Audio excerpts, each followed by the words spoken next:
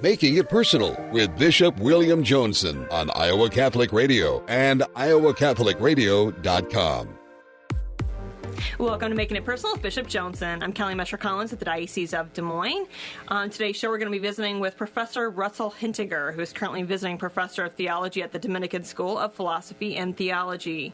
He's also a senior fellow at the Lumen Christi Institute at the University of Chicago and serving there as visiting scholar on the Committee on Social Thought. We're going to be talking to him in a few minutes. Before we get to today's interview, let's find out what's on the Bishop's mind. Yes, looking forward to our time with Dr. Hintiger. And good morning, Kelly. Good to be with you. Did you miss me? I missed you during some of these weeks. Yes, I had a chance for some holiday wondering where you were on the trying globe. to restore the soul. Yeah, so a chance to see new places and kind of exotic. I had some time away, and so I went to Guam. Kind of partly nostalgia. My dad had always spoken very fondly of his time on Guam. He had served in the Air Force in the 1950s.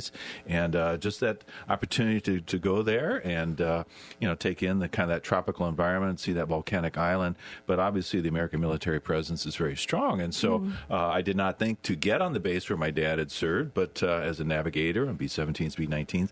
But thanks to the intervention of Jason Kurth, our chancellor, and the Father Joshua Janko of the Diocese Lafayette in Indiana, who is the chaplain on base, I got a little tour of the base. So it was very exciting. Got up in the control tower, and the reason I tell the story is because there were 3 young airmen in their 20s who were the control tower, running the airfield traffic, and chatting up one of them. He says, "Well, I'm from Iowa too," and I said, "Where?" He said, "Well, you've never heard of it. It's about an hour north of Council Bluffs." I said, "Mondamon?" He said, "Yeah, son, you've heard of Mondamon." So I said, "I'm Bishop Joensen. Here's my card. If I can do anything for you." He says, "Well, I'm Latter-day Saints. I don't know that I really want your card." But as we were coming down the steps, the 16 flights of steps that we had climbed to get to the control tower, he had to let somebody in. He said, "Hey, Bishop, you still got one of those cards? Could I have it?" So I asked people to pray for airmen deacons, DEAKINS, and we'll see how the Lord maybe works in his heart. Maybe like my dad, it was the connections he made that ultimately led him to be Catholic. So at a later point in his life, and that's part of, I think, the spiritual significance of that place for me as well. Sure. So. But we're back, the opportunity to bless and build up. We're grateful to the people in Adel who were blessing their memorial to the unborn this past weekend, that joint endeavor between their Respect Life Committee and the Knights of Columbus, a place of peace and loving memory of the children who we were never able to hold. And, of course, the famous scripture passage from Jeremiah 1:5, "Before I formed you in the womb, I knew you. Before you were born, I dedicated you." So may that be a blessing and place of peace. However, people have lost children in their lives, not only for that Catholic community, but for the community of Adel and Dallas County. Today is the feast of St. Avila, that great doctor of the church, that 16th century woman. Tom and Celia Mahoney's son, Michael Mahoney, who's going to be entering into third theology at the North American College, Gregorian Pontifical University in Angelicum. He actually spent the summer in Avila studying spirituality and Spanish at the same time, so to drink in the spirit of the great doctor, that holy place.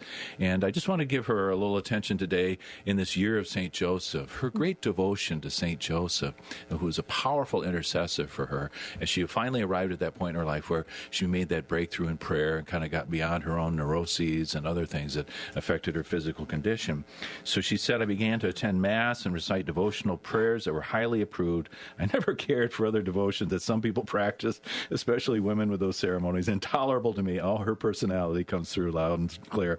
"Afterward, I came to understand that they were not suitable devotions, but superstitious ones. I took for my advocate and Lord the glorious St. Joseph and earnestly recommended myself to him. I saw that there had no need in other greater ones concerning honor and loss of soul. This Father and Lord of mine came to my rescue in better ways than I never knew how to ask for." The other saints here, but the Lord himself wants us to understand, just as he was subject to St. Joseph on earth, for since bearing the title of Father, being the Lord's tutor, so too then Joseph could give what the child commands. So in heaven does God do whatever he commands. So St. Joseph and Teresa of Avila, a powerful combination among the saints of God.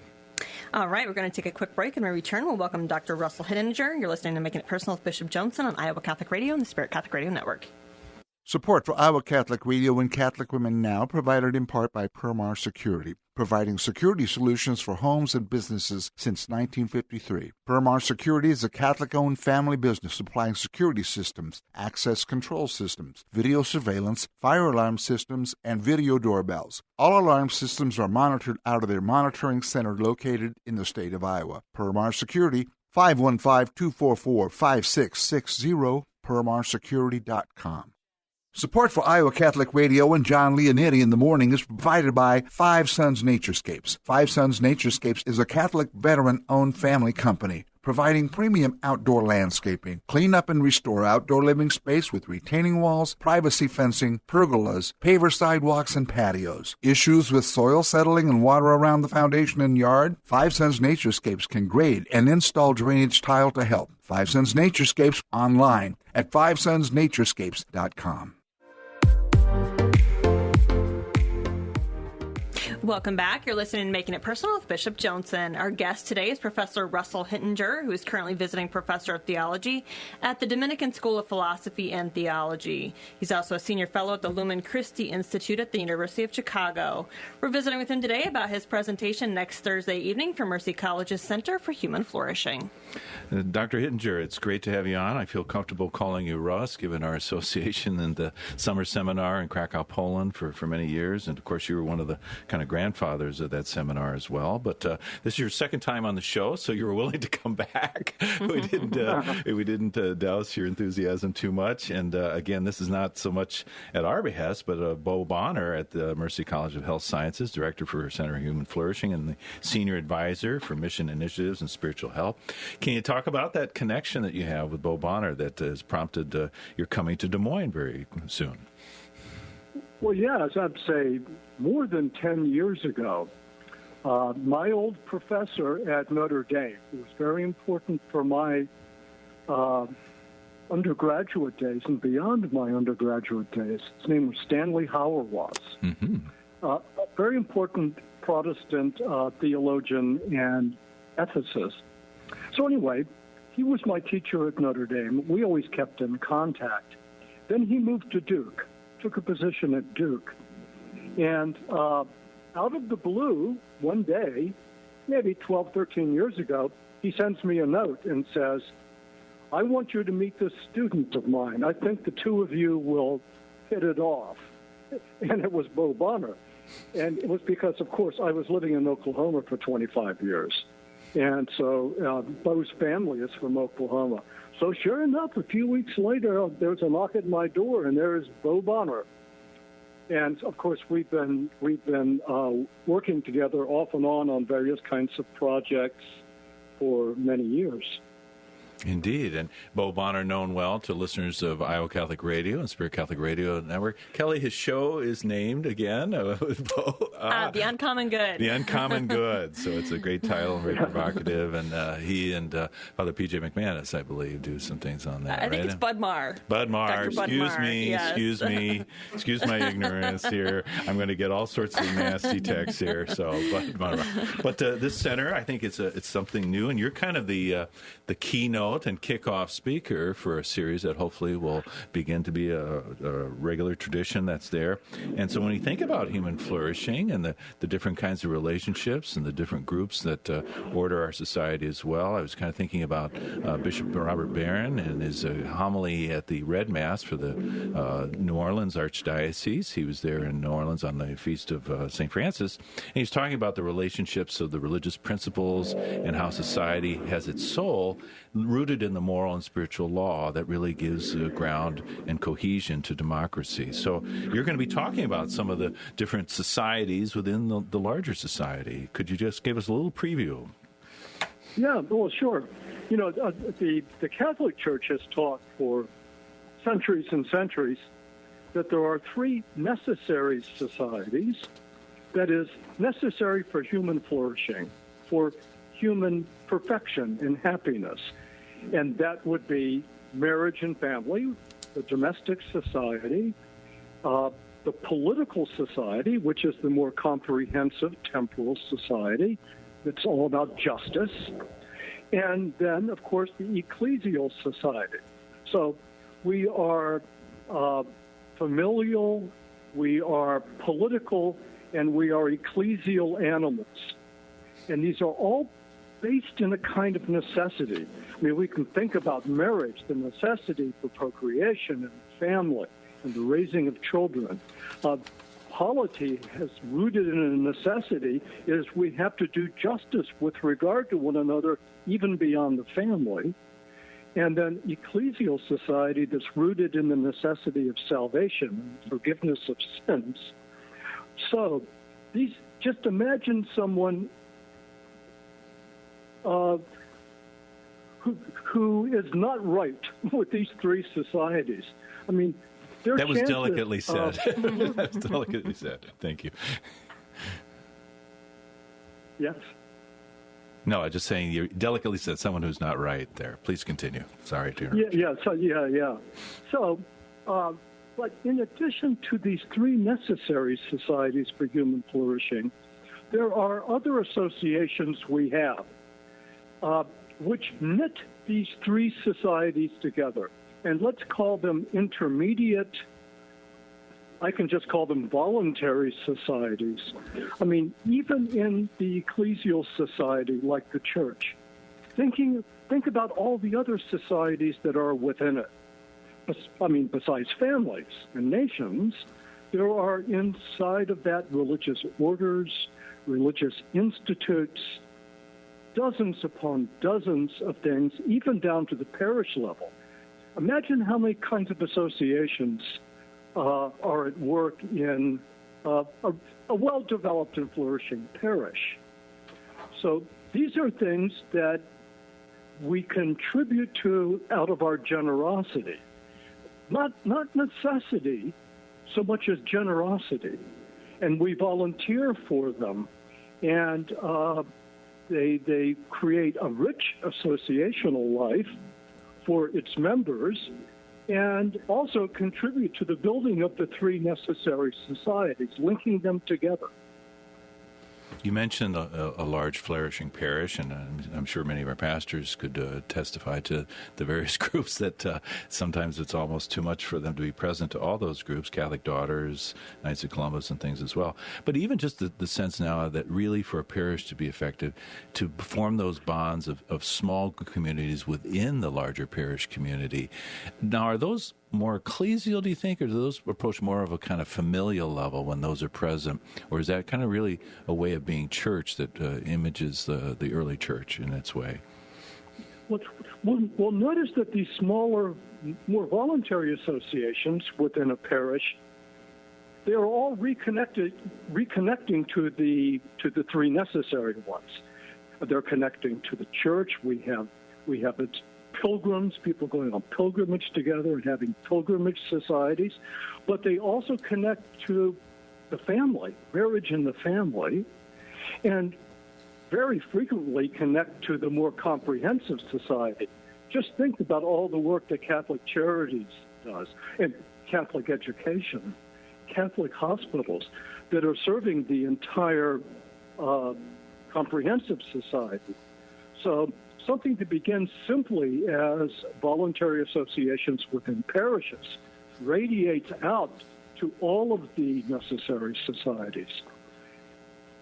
If one of these, or if these aren't robust and present in some way, and if the ecclesial dimension isn't there, is there, inevitably a kind of expansion, inflation, if you will, of the other societies? Because nature can't stand a vacuum, and so they're going to either, kind of usurp or just kind of encroach on this territory that might otherwise be present. Yes, right. So, no society is going to flourish if people are just inert.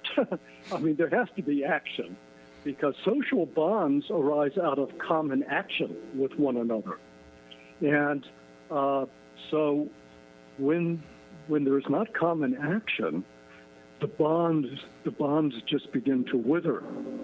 And when social bonds wither, then we become more like just an aggregation of forces rather than a community. And that makes you a sitting duck for bad things.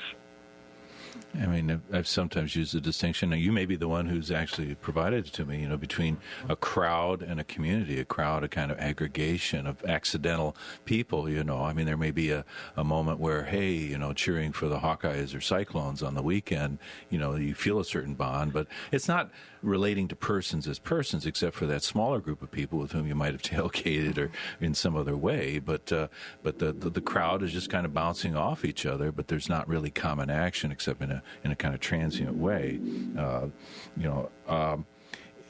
Social media, for instance, it gives us the sense of being connected, of being collaboration.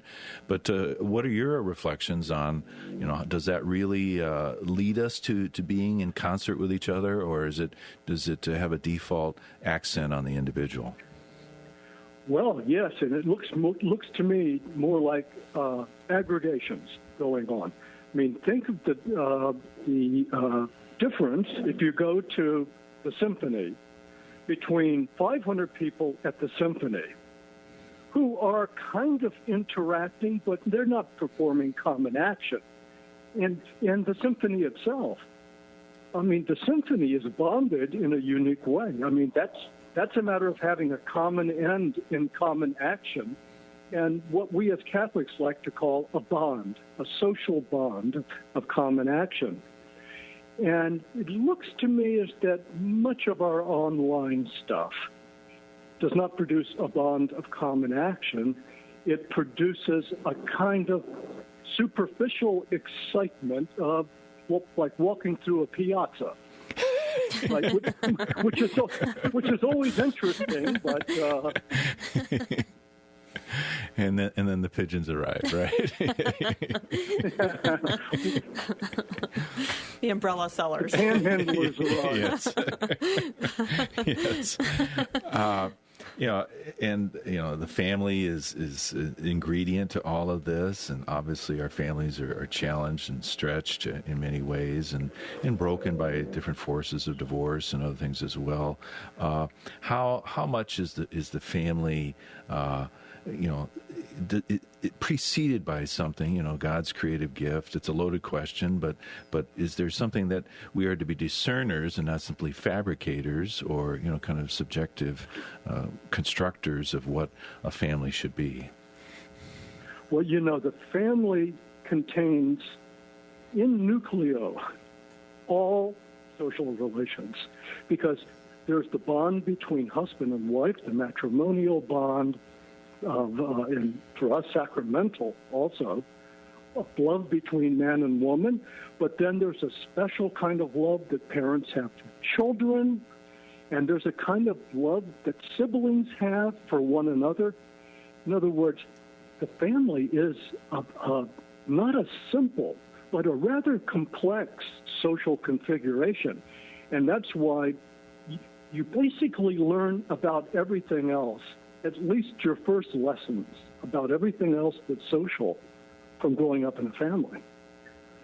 And, sibling love may be a work in progress for many of us, brings with it challenges as well, but it's certainly a constant reminder that we're not the center of the universe, right? We're not the kind of autonomous monads who get to impose our will on other people in that way. Oh, right there in sibling, in sibling relations, we already have the beginning of an understanding of brotherhood, right?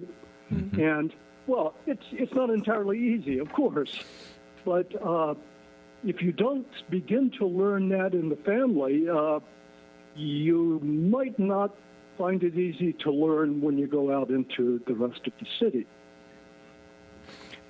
We were joking a little bit before we came on air here about the invitation among your academic appointments right now, the opportunity to work at the University of St. Thomas in Houston, at the behest of your brother, who's likewise a professor and scholar in his own right. How much of that was something that the sibling tug kind of coaxed you into accepting that invitation?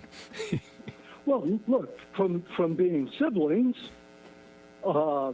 first growing up in our parents' family, and then remaining as siblings when we both went into the world, and we had still have a common profession and occupation. And so from that germ, from that little cell within a family, the sibling relationship continues to be transformed into our work, our citizenship, and so on and so forth. Mm-hmm. Because I know you're so nimble on your feet here, and we didn't think about this question in advance, but would you have any observations that the pandemic, and we think about issues with masks and vaccines, how that's kind of raised in relief where the cohesiveness of these different societies, or how it's kind of called into question and kind of fomented what might not be harmonized already among them? Well, it really did, and still does, remind people about how much they need bonds with other people to live a good human life. And many of these bonds we took for granted. I mean, you just take for granted that you can walk into your parish church. Well, nope. For a year, in most places, you couldn't just walk into your parish church, or go down to the bar on Fridays and watch a baseball game with your friends. Just innumerable social relationships we had that were just frozen.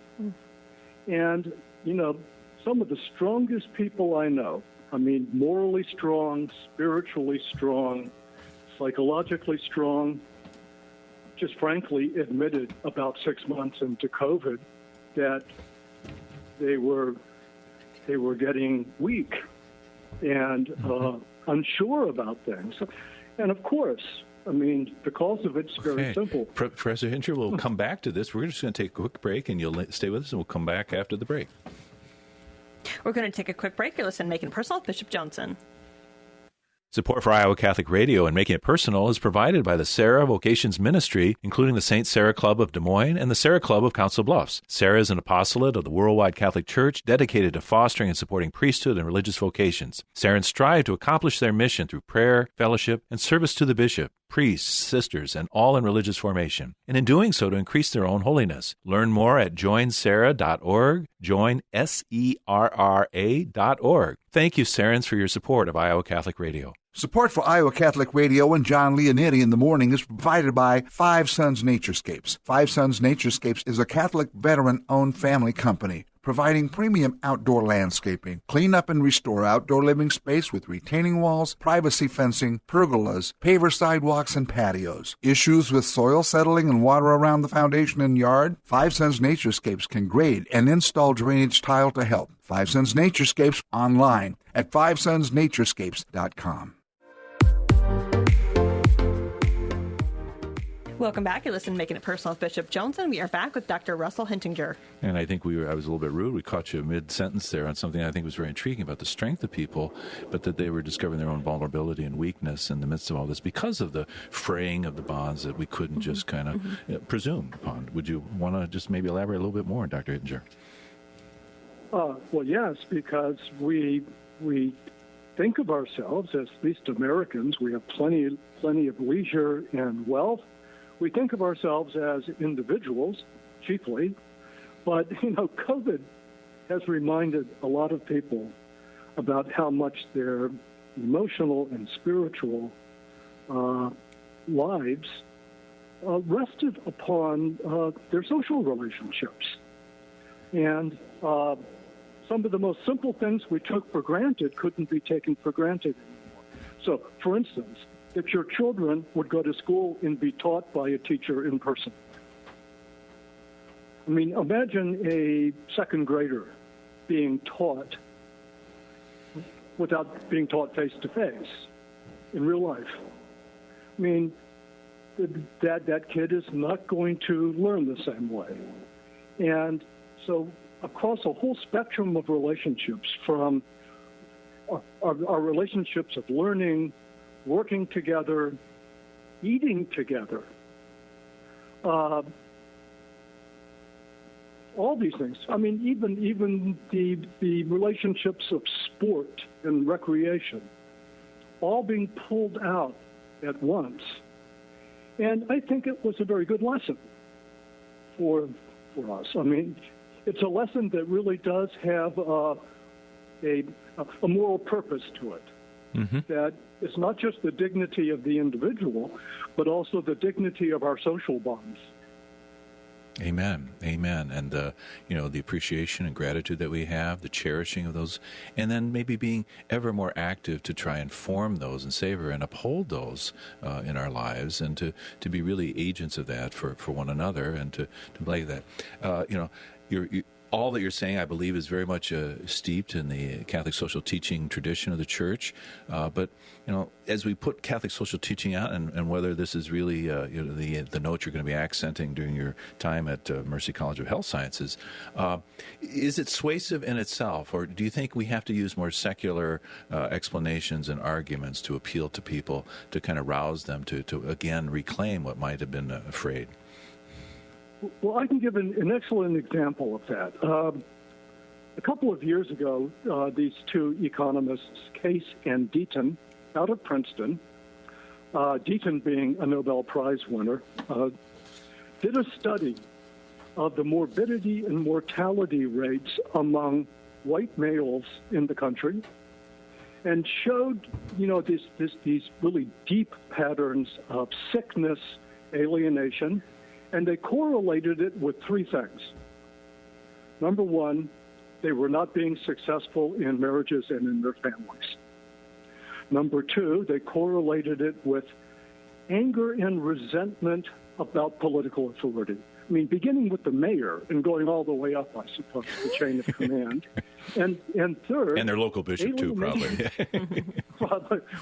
Yeah. You anyway, said it, not me. Moving right along. But then alienation from religious life.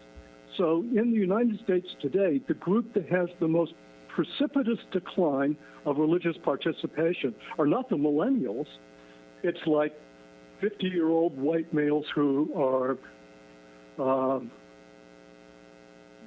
in the dumps from marriages that are not working, and wow. so on and so forth. That's a striking. They're not going to church. That's a striking fact. I think that is news to me. So, looking forward so much to your presence here in Des Moines. Again, your talk will be on 6:30 p.m. Thursday, October 21st, on Zoom. So people can go to the Mercy College of Health Sciences website and the Zoom link to watch it virtually.